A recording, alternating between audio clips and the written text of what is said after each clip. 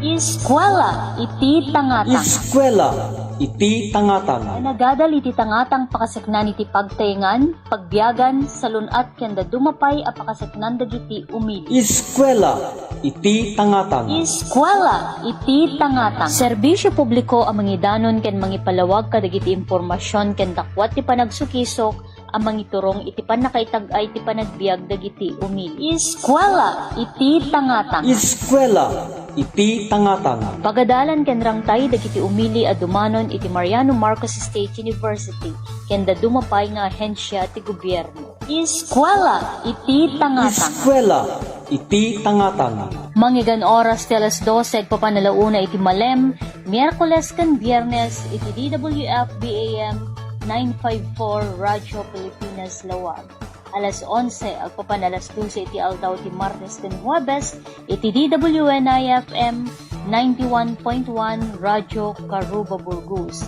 Ken alas 5 agpapan alas 6 ti Bigat ti Huwebes ken Sabado iti DWCI-FM 105.1 Radyo Adyo Piti. Eskwela iti tangatang. Eskwela iti tangatang. Pagbibinuligan nga idanon kada kayo ti Mariano Marcos State University Extension Directorate, Research and Development, nagduduma a kolehyo ti Universidad, Gender and Development, Ilocos Agriculture Aquatic Resources Research and Development Consortium, Provincial ken Local Government Units sa Ilocos Norte, ken dagiti estasyon ti radyo, DWFB Radyo Pilipinas Lawag, DWNI Radyo Karuba Burgos, ken ti DWCI Radyo Adyo Piti. Eskwela iti tangatang. Eskwela iti tangatang. Eskwela iti tangatang.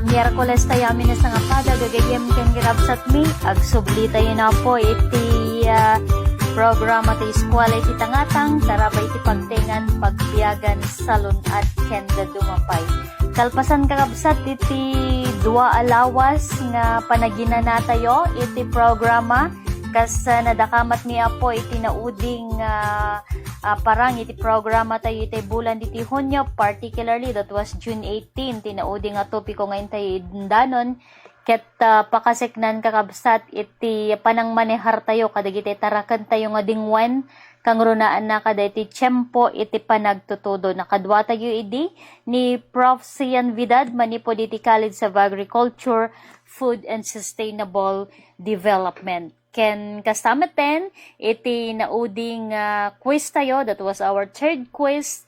May isa kadagiti dinamag tayo ket no kayat yung agtuloy tayo until December this year. Agsipod tano kitaan tayo DJ timeline tayo apo supposedly this July ket agsubli tayo wenno agradwar tayo na po kadij kada iti panagadal tayo iti tangatang ngem gapuanan pay lang apot adumet iti topiko pay ngahan tayo nga naidanon kastamatan deti kasasaad iti agdamang panawen deti agtultuloy apo nga panagraira iti COVID-19 virus ken kastamatan dagitay dadumapay adu dagitay suggestion pakasek na apo dagitay additional topics to be aired iso nga dinamag mi ket thank you kadagitay nagsungbat iti wen ituloy tayo agsipod takayat yupay iti ad-adang maadaan wenno manayunan iti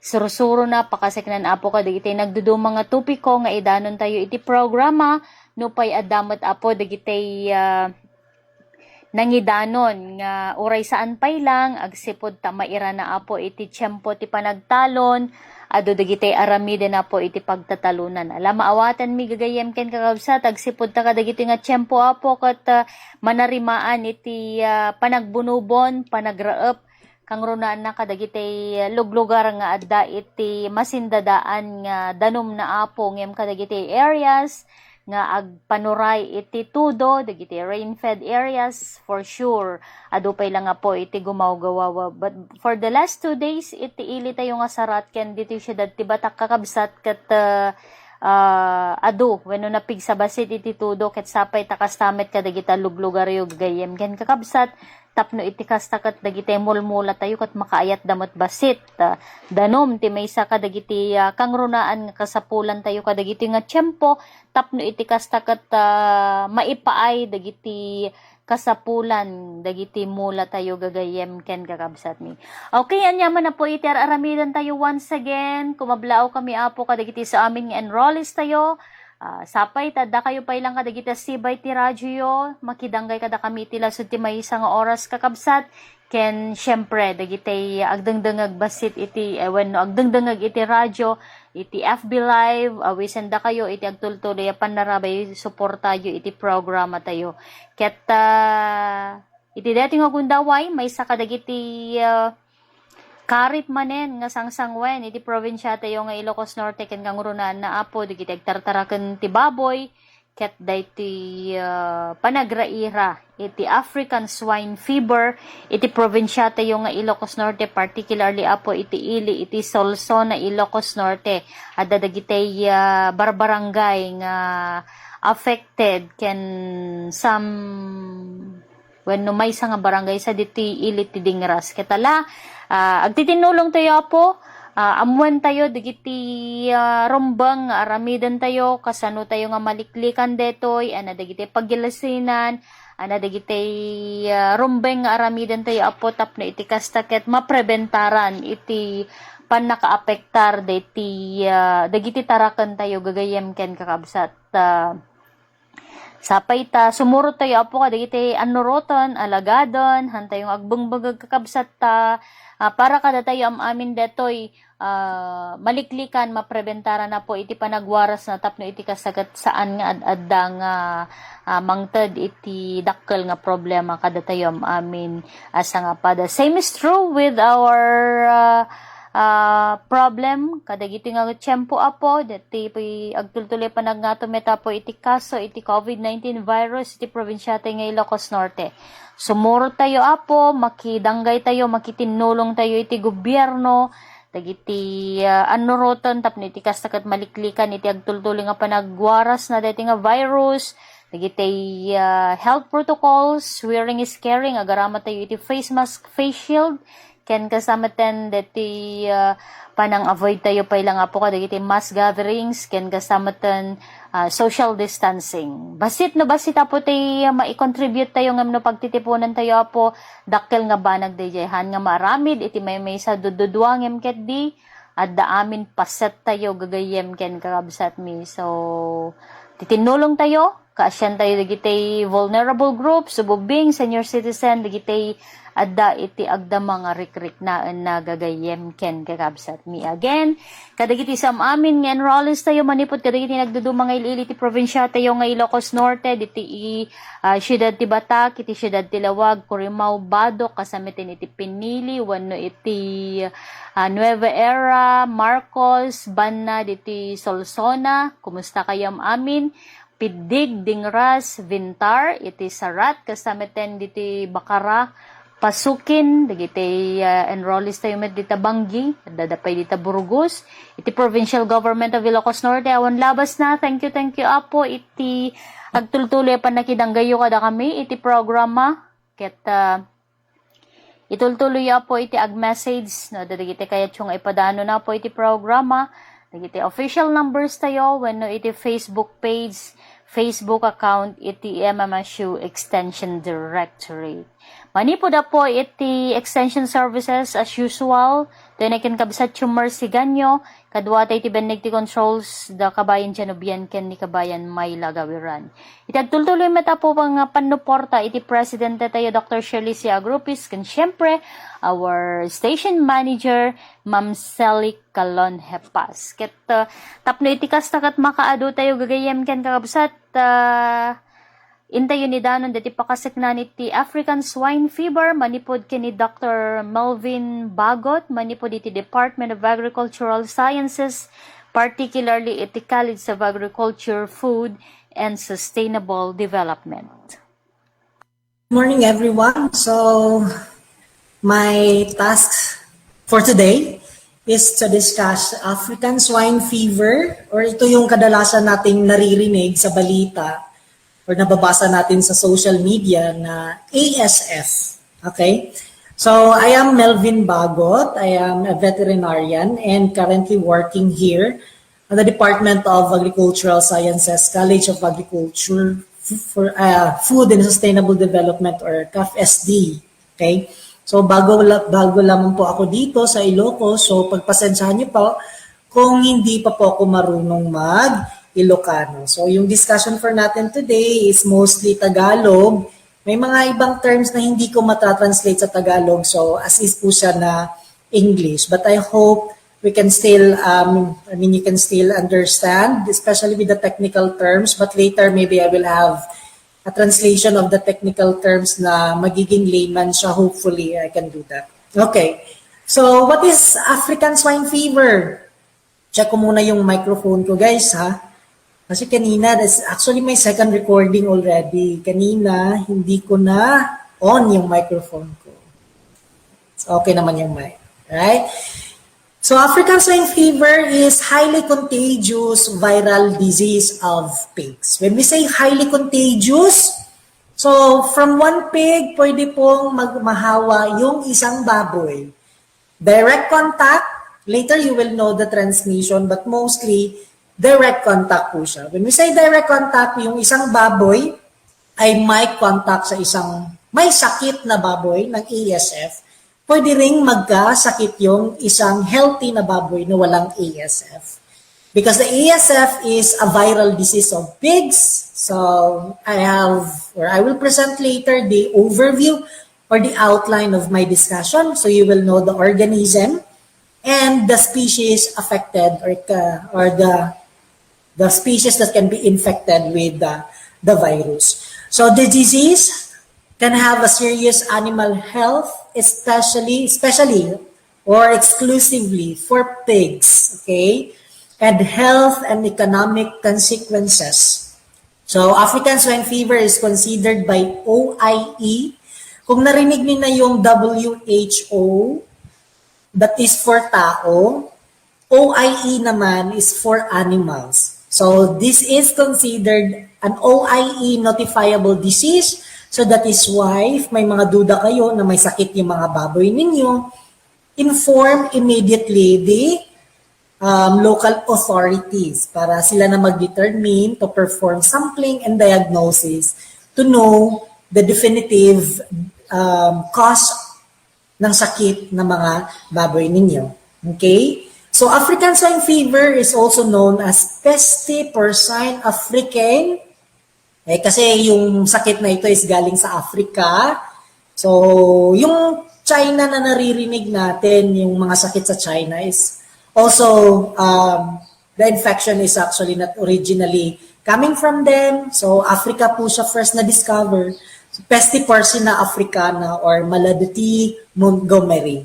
Okay? Kasi naka-apekto din siya sa Europe. Kaya may iba't ibang pangalan siya. So, sa English term, tinatawag natin siyang ASF or the African swine fever. Alright, now for the overview of our topic or for our discussion today, first, I need to introduce to you the organism. Ano nga ba yung nakakapag-cause ng African swine fever, whether if it's, or baka nasa mind ninyo, that is a bacteria, a parasite, or whatever that is, whatever that you have in your mind. So you will know the organism later. Economic impact, ano nga ba yung impact nito sa atin as a consumer? and sa buong Pilipinas, bakit apektado yung economy nito? Epidemiology, paano kakalat yung sakit, saan nagsimula, and update ng ASF sa buong bansa, Pilipinas. Transmission, paano ito makakarry ba ito ng tao, madadala ba siya sa hangin? So you will know the transmission kung paano magkakasakit yung baboy nyo. Kaninang umaga, okay pa naman yung baboy ko, pero this afternoon, hindi na okay yung baboy ko. So you will know what are the possible transmission of the virus. Clinical signs or necropsy, ito yung ginagawa ng mga veterinarian or mga trained personnel. Ano yung mga signs ng mga baboy na will tell us na may African swine fever yung baboy natin. And to confirm also the signs that we observe sa labas ng baboy, kaming mga doktor nagpe-perform kami ng necropsy. Ang necropsy, kung nakarinig na kayo ng autopsy sa mga tao yon. For necropsy naman, ito yung ginagawa naming mga veterinaryo para sa mga baboy or sa mga ibang hayop para malaman natin talaga kung ano yung sakit. And diagnosis, ito yung nagko-collect tayo ng samples, like for example, the COVID-19, if you happen to had experienced swabbing, so meron din tayong mga kino-collect na samples from the baboy, pinapadala natin sa laboratory. PCR din po ang piniperform dito sa Pilipinas. That is the gold standard for African swine fever para malaman talaga natin na African swine fever virus yung nagdadala ng sakit sa mga kababoyan natin. Diagnosis, so yan yung PCR. Prevention and control, paano natin maiiwasan ito? At kung apektado na tayo, paano natin i-control ito? Okay? And actions to take. So sa government naman, hindi tayo pinapabayaan ni government. They are doing their part at the best that they can so that they can assist us and help us in eradicating and also preventing the ASF virus. Right? So the species affected, na-mention ko na kanina, is a disease of pigs. So therefore, pigs only, hindi yung mga kambing natin, hindi yung mga baka natin, hindi yung mga manok natin, the domestic pigs. Kung ano man yung breed ng baboy na meron kayo, like you have Durok, you have large white, you have Pitrain, the Landrace, they can be infected and affected with the virus. Feral swine, yung mga hindi natin tinatali or mga wild pigs na meron tayo, they can be infected also.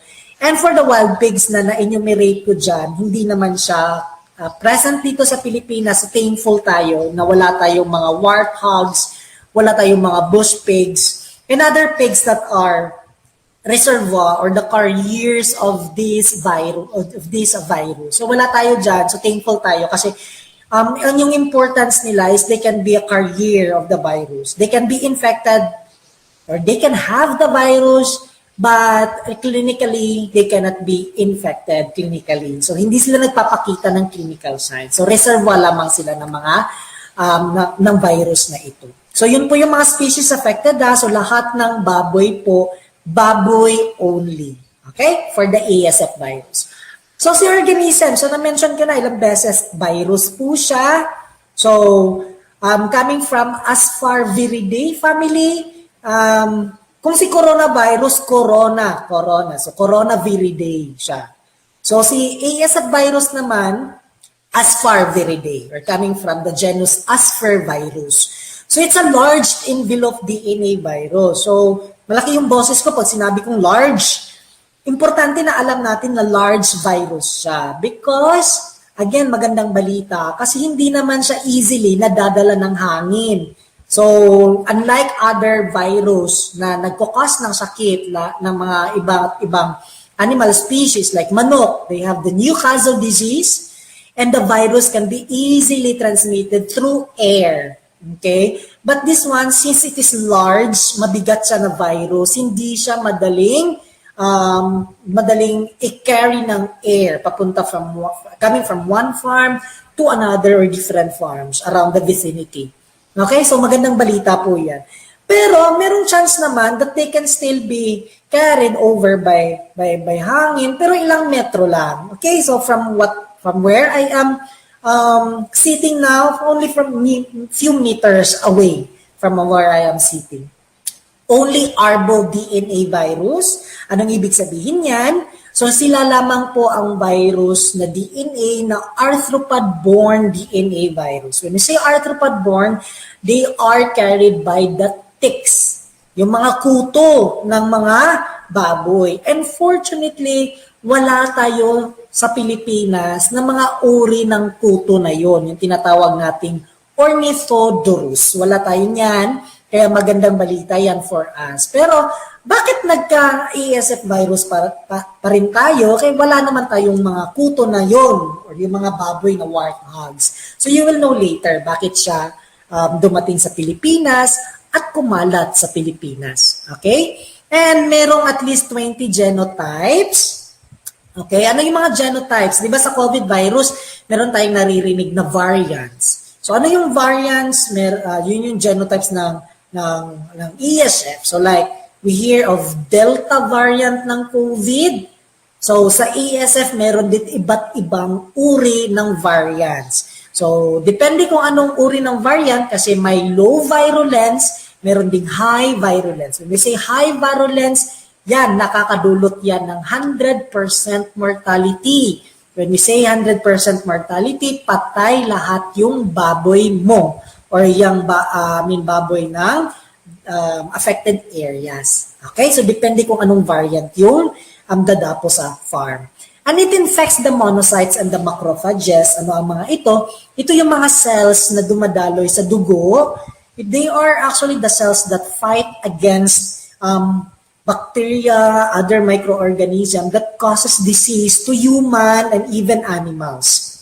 So pag nakapasok na sa system ang virus, ini-infect niya itong mga cells na to. Kaya yung mga baboy hindi na nakakapag-fight so that they can be healthy, merong active immune system, but unfortunately, the virus will kill those cells that will fight against microorganisms. Alright? So that's for African swine fever virus. Okay, itong virus na to, since sa COVID naman, pwedeng mag-alcohol, pwedeng maghugas ng kamay para maiwasan. Yes, pwedeng din nating maiwasan ang ASF virus, but take note, this virus is highly resistant in the environment, especially at lower temperature. So thankful tayo dito, no? Sa Ilocos, we always feel summer. Okay? And yung survival rate ng virus na ito, unfortunately, bad news ito, kasi hindi sila madaling namamatay. So kahit andyan sila sa uo, because they can be present in uo, they can be present in urine, they can be present in sipon. So, yung pagstay nila dyan, they will survive there up to several days. Mga 7 to 10 days sa uo ng baboy, months, so buwan. Okay? In contaminated pens, when we say the pens, those ay yung mga bahay ng mga baboy natin. And, up to 18 months doon sa blood or sa dugo. Okay? Kasi, di ba, and the monocytes and the macrophages are present in blood. So, dyan din sila sa dugo. Okay? So, hindi madaling namamatay. So, yung mga baboy ninyo, especially pag hindi na ihaw, doon sa slaughterhouses, hindi magandang pagka-drain ng dugo. So, those infected baboy and contaminated carcasses can still be a source of contamination. Tinatawag natin yung environmental contamination. Right? And kahit sa mga processed meat products or pork products, sausages, so ano yung mga tocino natin. So kung hindi naman siya na-boil for more than 30 minutes, yung boiling 70 degrees Celsius, yung init ng water, so hindi namamatay yung virus. And even here sa mga frozen carcasses or meat ng baboy or the pork. So they will survive.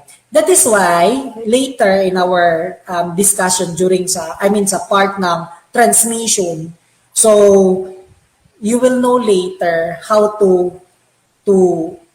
control and to prevent the spread of the virus. Okay, so yun po yung mga source ng contaminants or ng viruses natin. Okay? So for virus inactivation, so most disinfectants are ineffective, unfortunately. Pero meron naman tayong pwedeng mabibiling mga disinfectants, agri-vet stores, na pwedeng gagamitin against the ASF virus. Ito yung tinatawag nating sodium hypochlorite, citric acid, pero yung kadalasang nabibili natin sa agri-vet are the quaternary ammonium, yung mga may mix na glutaraldehyde, formaldehyde, together with formalin na po yun. So, effective po siya against the viruses. And do not worry, because if your farm is infected already with ASF, for sure the Provincial Veterinary Office they are equipped also, and they will advise you, or they will provide you the disinfectant that will be used in the farm or in your farm. Okay? Sa mga karne naman, so na-mention ko na, kung infected yung baboy or nagdududa kayo if the baboy is infected with the ASF, the virus can be inactivated or mamamatay sila at 70 degrees Celsius for more than 30 minutes. Okay? So, yun po yan. So, hindi na natin i-discuss yung mga pH, hindi natin ginagawa yan sa bahay, but that is also one means of inactivation of the virus. Alright? So, for the economic impact naman, so, first, let us discuss the animal health. So, kung infected yung farm natin with the ASF virus, so it will lead to high morbidity and high mortality. When we say high morbidity, the baboy becomes weak. Okay? Hindi nakakain kasi may lagnat siya. Lahat ng baboy sa farm, they can be infected with high morbidity, depende kung anong variant ng ASF virus. And other farms naman, talagang lahat ng baboy is mamamatay. Okay? Ito yung tinatawag nating high mortality. And take note, na-mention ko na kanina, it's highly contagious. So, nakakahawa po siya. Hindi siya nakakahawa sa tao. You will know later kung anong epekto niya sa tao. But for other pigs that are present in that specific farm can be infected also, even if one baboy is the source. Alright, so that is for the impact for animal health.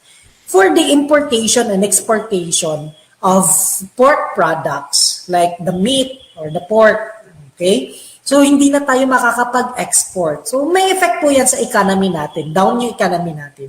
And kung kulang tayo ng supply ng karne, hindi rin tayo easily makapag-import ng karne, especially yung neighboring countries natin dito sa Asia Pacific, sa Southeast Asia, ay may mga ASF virus na rin.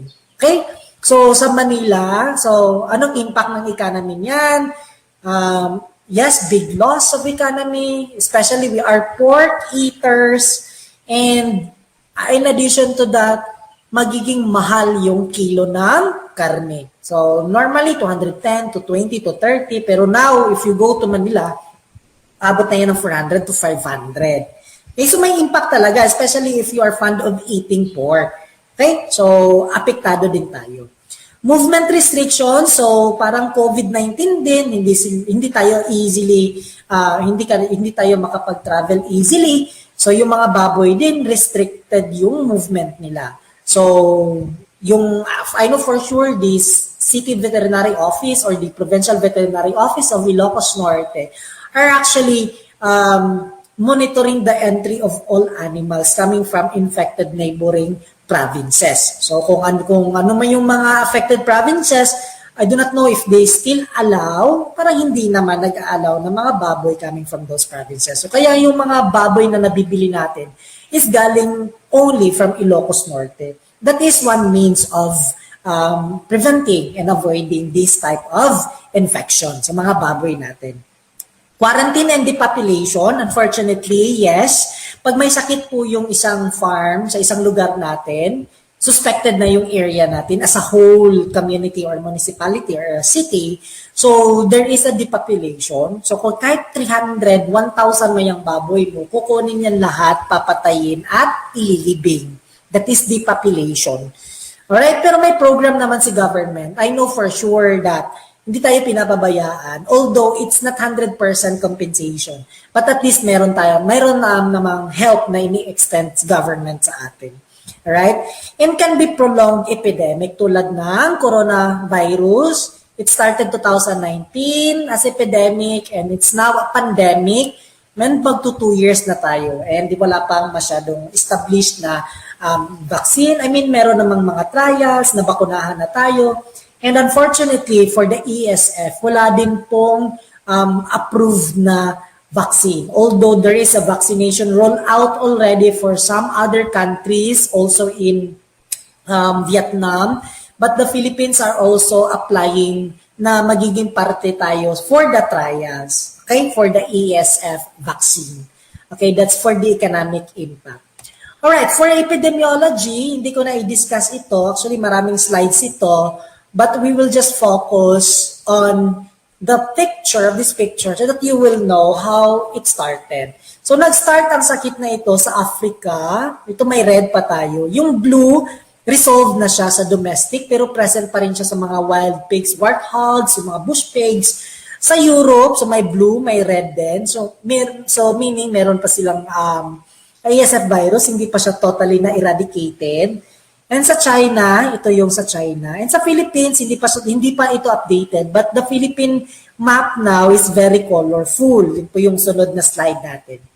Ito yung mapa ng Pilipinas. So, kung titingnan natin, napakaganda ng kulay. But unfortunately, the red ones actually indicates na infected po yan. So, we call it as an infected zone. Infected zone meaning positive po sila for African swine fever virus. So, like this, that one is red already, hindi na sila pwedeng makapag-supply ng baboy doon sa mga areas na green. Okay? Before, bago pa man nag-outbreak dito this month, sa Ilocos Norte, we are at protected zone. So, yung parang gitna ng yellow at saka green. So, dyan tayo. But unfortunately, meron na tayong infection. Sa mga green naman, ito yung mga nagsusupply ng baboy, pero may in-establish yung Bureau of Animal Industry kung paano ang movement ng mga baboy. Kaya di na natin i-discuss ngayon. Kung may mga tanong naman kayo, ilista niyo lang. So, yung mga kulay dyan or colors, it indicates the infected zones and the free zones. Meron din tayong mga buffer zone. Okay. Now, for the morbidity and mortality, so I think na-mention ko na kanina that it will lead to up to 100% morbidity depending on the virulence ng virus. So, mortality varies with the genotype or the variant. So, ranges from 5% or less than 5%. Pero morbid siya, hindi na magiging productive yung baboy mo kahit hindi siya namamatay. Up to 100% mortality na mamatay lahat ng baboy. And kung may tanong kayo sa isip nyo na ngayon na affected ba lahat ng baboy? Yes. Okay? All ages po are affected with the African swine fever virus. And this can be asymptomatic in wild pigs. So may mga wild pigs din tayo pero wala tayong mga warthogs. Okay. For transmission, this one is very important. So focus tayo dito. Transmission, direct contact with infected pigs. Nasabi ko na kanina, if this one is infected and this one is a healthy baboy free of the virus, if they have a communication or they have contact, especially direct, so this healthy one can be infected with the diseased virus. So even if there is only one baboy that is infected in your farm, if you have 10 to 50 baboy in your farms, if the one baboy is infected, so it can transmit the virus all over the herd of baboy. Okay, so lahat ng baboy sa farm mo can be or vulnerable or can be infected with the virus. So saan nakukuha yung virus? Oronasal. Oronasal is oro, bunganga, nasal, ilong. So yung mga laway ng baboy, yung mga sipon ng baboy, those are the sources of the viruses. In addition to that, there is what we call environmental contamination. Environmental contamination are also a part naman na if there are excretions and secretions, kasama na rin dun yun yung uo at saka ihi ng baboy. Alright? So sorry po sa mga kumakain. So yung mga ihi ng infected baboy, oo ng infected baboy, can contaminate the environment and can be the source of the infection. Bakit? Because there is what we call mechanical transmission. Mechanical transmission, kahit hindi naman direct contact, there is still what we call mechanical transmission when if naapakan mo yung ihi, naapakan mo yung sipon ng baboy, naapakan mo yung oo ng baboy, pwede mong madala ang virus sa ibang farms or sa ibang municipalities or cities that are still free of the virus. Okay? So that is one of the transmission of the virus. Another, ingestion of contaminated pork products. So sa mga baboy naman, di ba normally pag backyard, okay? Kung hindi naman normal sa inyo, usually pag backyard, pinapakain natin yung mga leftovers natin. Okay? Leftovers, yun yung mga tira-tirang pagkain natin na may karne ng baboy.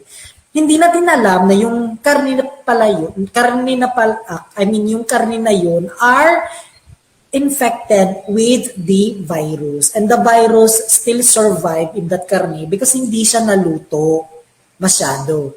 Okay? And napakain mo yung the leftovers or the tira-tira sa mga baboy mo. So that is the one source of contamination. And that is actually what happened in Manila. That is what we believe. Okay? Kasi there are certain farms in NCR that are collecting leftovers from restaurants. So yung mga tira-tirang pagkain sa restaurants, kinolekta ng mga swine raisers o yung mga baboy, at niluto naman na hindi masyadong naluto, pinakain sa baboy. So that's the source of contamination ng ESF virus dito sa Pilipinas. Right?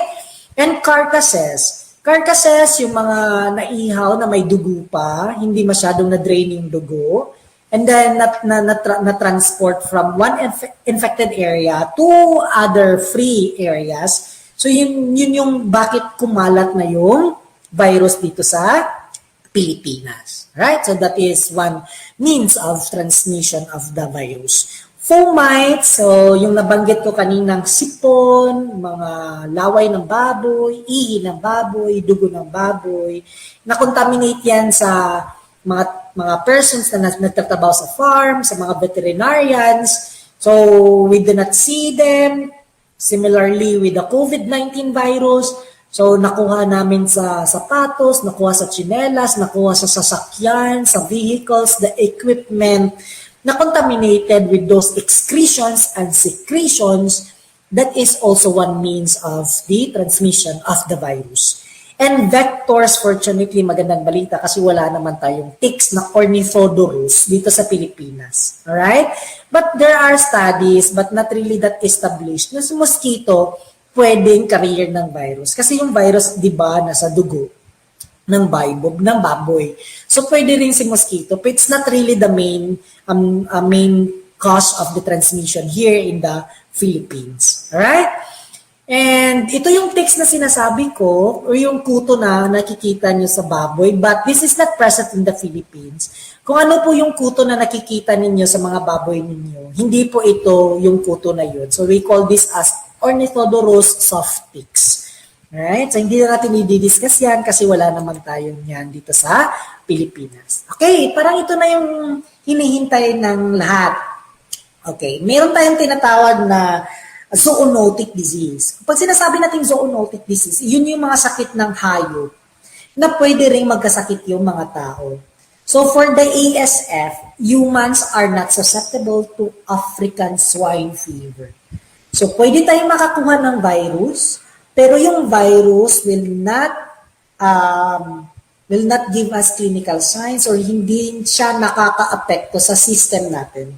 There is no evidence that ASF virus infects humans and no human cases of ASF have been reported. There is no public health or food safety concern.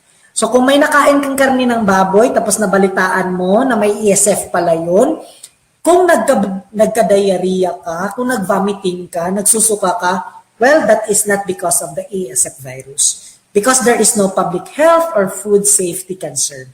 So safe po ang kumain or kakain pa rin. I mean, if we still tend to eat pork, kung paborito pa rin natin yung pork, pwede pa rin tayong kumain yan kasi hindi naman tayo affected with the ESF virus. Kaya ako sinali kanina that the only species affected are mga baboy. Baboy only. And also, hindi po affected yung ibang hayop natin. Alright? So that's a good news. So, African swine fever in animals. So, focus tayo sa baboy. Right? Clinical disease. So, incubation period, pag sa COVID, nakwa-quarantine tayo for 14 days, di ba? So, meron tayong tinatawag na incubation period. Sa ASF virus, it will take 5 to 21 days following direct contact with infected pigs. Okay? So, after ng days na yan, siguro 6, 7, 8, 21, magsushow na ng clinical signs yung baboy. So, yung clinical signs na yan, it could be per acute, acute, subacute, or chronic disease. Ano itong apat na ito? Okay, so siguro cute kayo. So, but hindi ito yung mga cute na sinasabi natin sa mga crush ninyo or sa mga boyfriend, girlfriend ninyo. Per acute, ito yung sudden death. Kaninang umaga, nakita ko pa yung baboy ko. Masaya siya, niliguan ko siya, kumain pa siya, uminom siya ng tubig. Pagbalik ko ng lunchtime, patay na yung baboy ko. That is per acute. Wala kang nakitang clinical signs. And there is acute. Yung acute naman, 7 to 10 days, may makikita tayong signs. So mabubuhay pa yung baboy natin. Up to 10 days, may nakikita pa tayong mga signs. And those signs, you will see later. Subacute, so aabot pa siya ng 20 days. And then si chronic, aabot pa siya ng month or more than a month bago mamamatay yung baboy. Alright, so isa-isahin natin yan. For acute disease, ano yung makikita natin sa baboy? Meron siyang high fever. Ano yung high fever? Hindi naman natin malalaman yan kasi wala kaming thermometer dito sa bahay. Malalaman niyo yung high fever pag yung baboy nyo, yung parang naiinitan talaga siya kasi hindi siya makakapag-sweat. Okay? Unlike us, may pawis tayo. Yung baboy walang pawis, hindi pinapawisan. Pinapawisan lamang po ang baboy pag nakalitsyon na siya. Nileletsyon niya siya, may nakikita kayong pawis ng baboy. Pero if your baboy are still alive, hindi po siya pinapawisan. So kung paano ma-identify na may lagnat yung baboy, namumula yung mata niya, parang addict na siya. Tapos hindi na siya kakain because if you have high fever, anorexia will follow.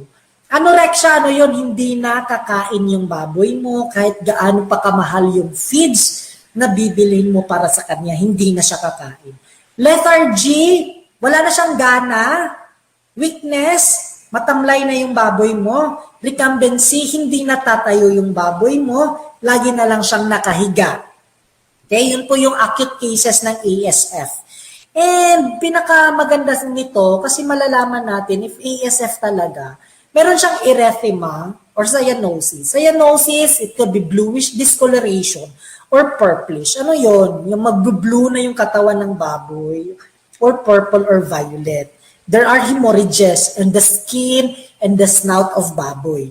Cyanosis, bluish siya or purplish, pero hindi sa buong katawan ng baboy. Later, you will know other diseases of baboy na pwedeng mapagkamalan nating ASF. Tinatawag natin yung differential diagnosis. Okay? This is for the acute disease. Yung mga discoloration ng baboy, nakikita natin yan sa extremities, sa tenga, doon sa tip ng tenga, sa limbs or sa mga paa ng baboy, sa snout ng baboy or sa nguso ng baboy, or doon sa hind part ng baboy, sa likuran ng baboy. Okay, doon natin nakikita yung mga hemorrhages. Hemorrhages, it doesn't mean that it's really dumadalo yung dugo. Kaming mga veterinaryo, tinatawag namin yung hemorrhages. There are different types of hemorrhages. Pag ganitong pula-pula na to, hemorrhages na po yan. Okay? And you have acute disease. In addition to the acute disease, diarrhea. It's not only diarrhea, but there is also constipation and or signs of abdominal pain. So may abdominal pain, malalaman mo yan pag restless na yung baboy mo, hindi mapakali. Alright? And yung diarrhea naman, mag-i-initiate yan or yung start ng diarrhea mo is mucoid. Sorry sa mga kumakain ha. Parang sipon siya. May sipon na diarrhea yung baboy. Pero later, it will progress to bloody diarrhea. May dugo na yung diarrhea ng baboy. Kasi yung internal organs nga, may hemorrhages din. Right? And also, the first signs of an outbreak, may mga buntis dyan sa mga baboy mo, is may abortion. Abortion, yung hindi, yung nanganak yung baboy mo pero hindi naman buhay. Right?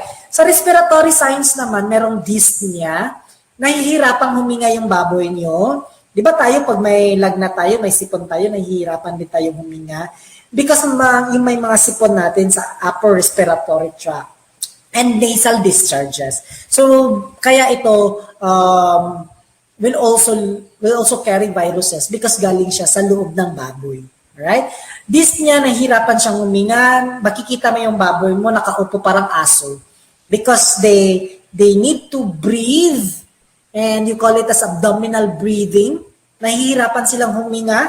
Normally, sa normal position nila, uupo po sila na parang aso. Right? And for acute, na-mention ko na mamamatay yung baboy mo within 7 to 10 days after the onset of the infection. Okay? So for subacute naman, similar lang po siya sa acute cases. So clinical signs are similar with the acute, but with less severe presentation. So, hindi gaano yung diarrhea, hindi lahat may abortion. So, depende ito kung anong type ng virus or the variant ng virus na nakapunta dyan sa farm ninyo. Okay, pero meron din siyang fever, meron siyang anorexia, kaya lang hindi grabe. Meron siyang pamumula sa katawan, kaya lang hindi grabe. So, yun po yung for the subacute disease. For chronic disease naman, chronic ito yung pangmatagalan, pero hindi naman like 5 months or 3 months. Abot pa siya ng 1 month. So, pigs with the chronic form can have intermittent low fever. Pag sinasabi natin intermittent, may fever ngayon, hindi siya kakain. This lunch, nawala yung fever niya, kakain ulit. Sa afternoon, hindi na naman siya kakain. Sa gabi, kakain siya. So, intermittent yung fever niya. Okay, low fever. Appetite loss, walang ganang kumain, pero kakain na naman. And may depression. Depression, it's not only that we express this one sa tao, pero may depression din hayop. Paano mo malalaman kung may depression yung hayop? Parang nakatulala lang. Okay?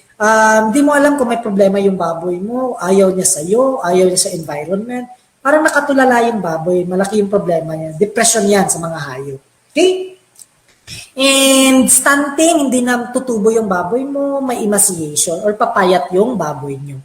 Sometimes naman may swollen joints siya. Swollen joints, parang nakikita natin may arthritis yung baboy natin. That's for the chronic disease. So for the chronic disease, mamamatay din naman yung baboy. Okay? Post-mortem lesion, so ito yung yung nakikita sa slaughterhouses. Yung hemorrhages, yung hindi naman dumadaloy talaga yung dugo, pero yung hemorrhages sa internal organs, yung mga organs na namumula-pula.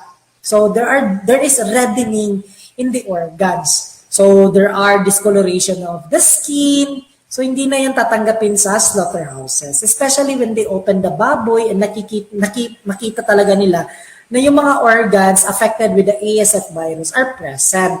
Okay? And there are also signs of bloody diarrhea. So, na-mention ko na ito kanina. And ito yung ino-observe sa mga slaughterhouses. So, paano yan pag binuksan na natin yung baboy? First, tinitingnan namin spleen. Okay, ano yung sa spleen? Sorry hindi ko alam yung Ilocano term or Tagalog term ng spleen. So, yung spleen, ito yung parang mahaba na parang dila.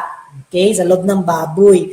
Enlarge siya, lalaki siya, and then color niya pag acute is really dark and black. Okay, for subacute naman, and for chronic, parang normal lang yung color niya, hindi siya friable. Friable yung parang hindi na siya soft, okay, pag tinouch mo yung organ. So yun yung spleen. How about for the other organs? So lymph nodes. I do not know what's the Ilocano or Tagalog term ng lymph nodes, pero ito yung napipisil natin pag may lagnat tayo dito or dito malapit sa paa natin. Okay? May napipisil tayong nagsiswollen or nagsiswell, namamaga. Okay? Those are the lymph nodes. Sa baboy naman marami silang lymph nodes. And alam namin yan kung saan namin siya pipisilin. So, pag nag-ihaw kayo ng baboy, so swollen siya and hemorrhagic. So ito po yung hemorrhagic, may pula-pula na yung lymph nodes niya. Okay? And sa tonsils po ng baboy, meron din po silang tonsils. Hemorrhagic din yan, may pula-pula and swollen na mamaga. Okay? Swollen na mamaga po siya, yung mga organs na ito. Ito po yung chine-check namin kung nagpa-perform kami ng necropsy. And then, yung kidneys, take note that this type of lesion in the kidney is also seen in hog cholera. One of the differential diagnosis for ASF. Alright? So, we call it as a petechial hemorrhages, yung parang tuldok-tuldok na pula na yan. And pag hiniwa mo yung kidney, meron siyang perirenal edema or may makikita kang tubig sa loob ng kidney. Okay? So, yun po yung sa kidney. And other organs, so hemorrhages, so, sa lungs, ito gallbladder ito ng baboy, yung parang tangke ng ihi ng baboy, may hemorrhages siya. Ito yung nakita nating pula-pula, hemorrhages po yan. And then sa brain naman, pag binuksan nyo yung skull ng baboy or yung ulo ng baboy, congested siya. Yung pula talaga is mas darker color of red sa brain. And then may edema siya, may tubig sa utak ng baboy. Right? Sa chronic, hindi namamatay agad yung baboy. So, meron siyang focal skin necrosis or may part ng skin niya na parang patay na. So, parang ganito. Right? Skin ulcers. And hindi ko na i-discuss itong pneumonia sa lungs. Okay? Sa mga technical people dyan, I know you are familiar already that there is pneumonia in African swine fever. So, pag binuksan nyo yung baboy, dapat hiwain nyo rin yung lungs ng baboy. Right? Ito yung mga differential diagnosis, yung sinabi kong similar sakit ng African swine fever. First is hog cholera. So, bakit kasama si hog cholera? So, na-mention ko kanina na may pula-pula or there is also reddening in hog cholera. Okay? So, ito yung tinatawag nating classical swine fever. I do not know if this is present in Ilocos Norte, but if may hog cholera yung baboy nyo, it's almost similar with the African swine fever. And also acute PRRS, kung nagtatrabaho kayo sa malalaking farms or if you are in big farms, commercial farms, I know you have vaccine against this. Ito yung tinatawag nating porcine respiratory reproductive syndrome kasi meron siyang abortion, meron din siyang ubo, meron siyang sipon. Okay? By the way guys, nakalimutan ko, ubo, yun po yung sa chronic disease. Typically may ubo yung baboy, may sipon yung baboy. Okay? And lastly, you have erysipelas. Ito lang yung tatlong yung i-mention ko. Erysipelas kasi may pula-pula din sa katawan ng baboy. Pero si erysipelas, yung pula-pula niya is nag-form ng diamond. That's why you call it as a diamond disease of baboy. Okay? And itong lahat ng disease na to na nailista ko, actinobacillosis, Glazers, Ojeski, salmonellosis, these are all present in the Philippines. That is why if you are in a big farm or commercial farms, it's difficult for you to know whether if that is an African swine fever because yung mga signs nga ni African swine fever are also present in other diseases of swine. Okay? So, kailangan talaga meron tayong definitive diagnosis. When we say definitive diagnosis naman, magko-collect tayo ng sample. Alright, so punta tayo sa sampling. So, for the sampling, ito yung piniperform ng veterinarians or mga technical people who are in the municipalities. So, expert na yan sila, na-trained na sila on how to handle ASF.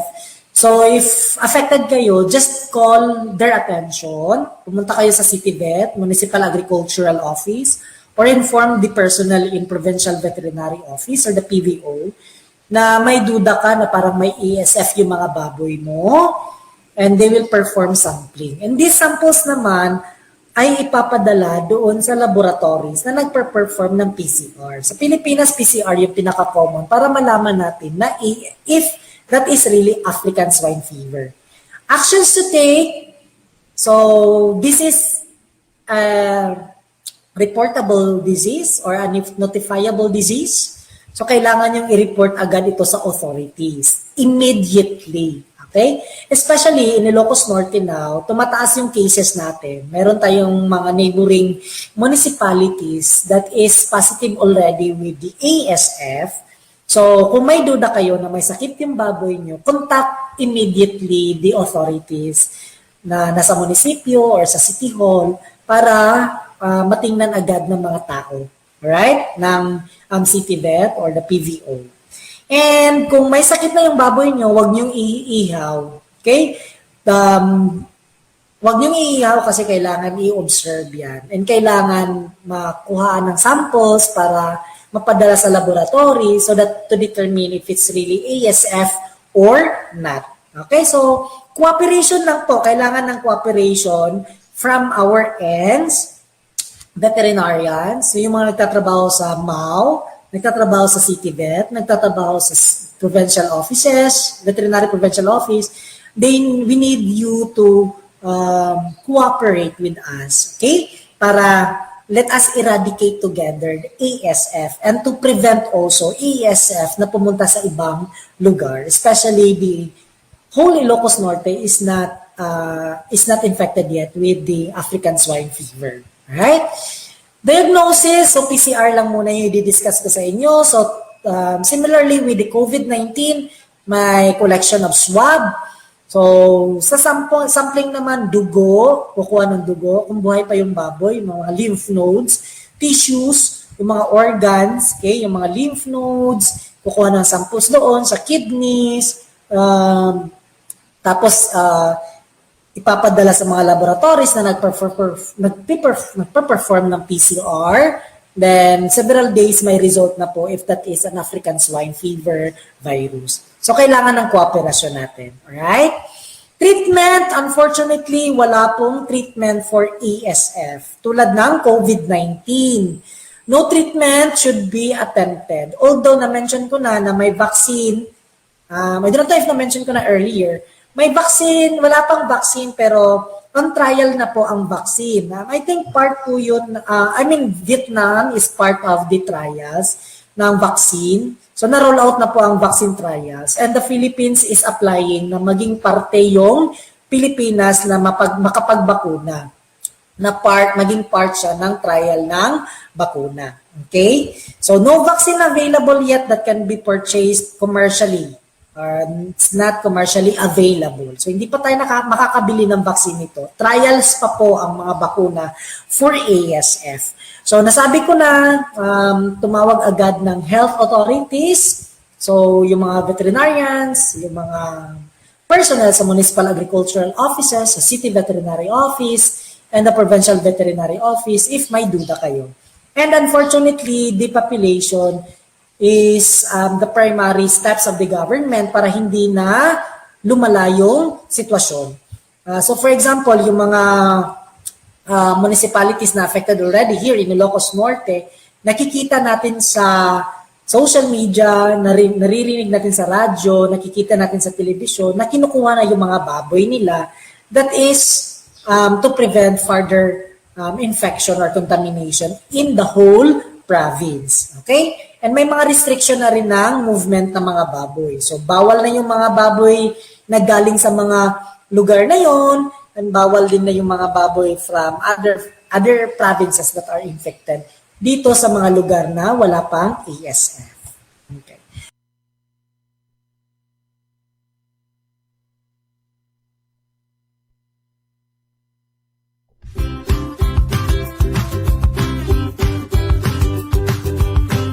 Okay, that's the African swine fever. Nangigan nyo apo, highly contagious.